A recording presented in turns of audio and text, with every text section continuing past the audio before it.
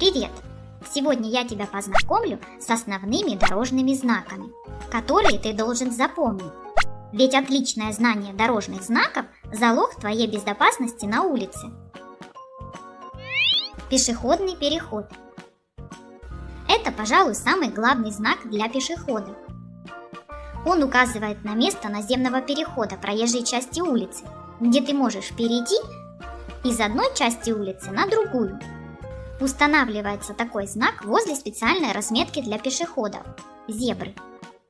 И помни, что перед тем, как перейти дорогу, поверни голову влево, чтобы убедиться, что поблизости не едет автомобиль.